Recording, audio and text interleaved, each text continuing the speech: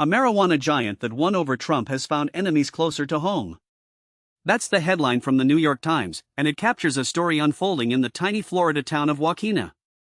Trulieve, one of the largest cannabis companies in the United States, runs a 1 million square foot indoor cultivation campus there, one of the biggest in the country. Since harvesting began in 2020, neighbors like Felicia and James Lamb have complained about the constant smell of marijuana, the drone of machinery, and bright lights piercing the night. For a while, those grievances barely registered in rural Jefferson County. Then, this spring, a Facebook video changed everything. Posted by a relative of the Lambs, it showed greenish water gushing from Trulieve's property onto their land.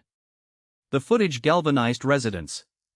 People packed county commission meetings, raising fears that runoff from the massive operation was contaminating soil and water.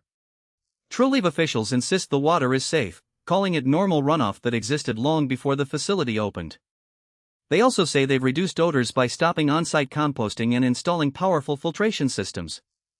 The company's chief production officer, Kyle Landrum, even wrote an op-ed in the Tallahassee Democrat responding to Felicia Lamb's own published criticism.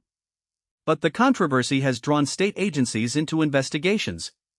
And it's split a community already wrestling with change.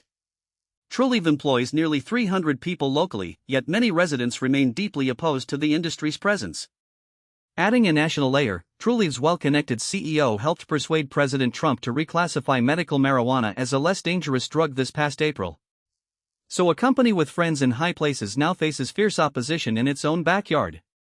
Thanks for listening. I'm your name, and that's the story from Waukena.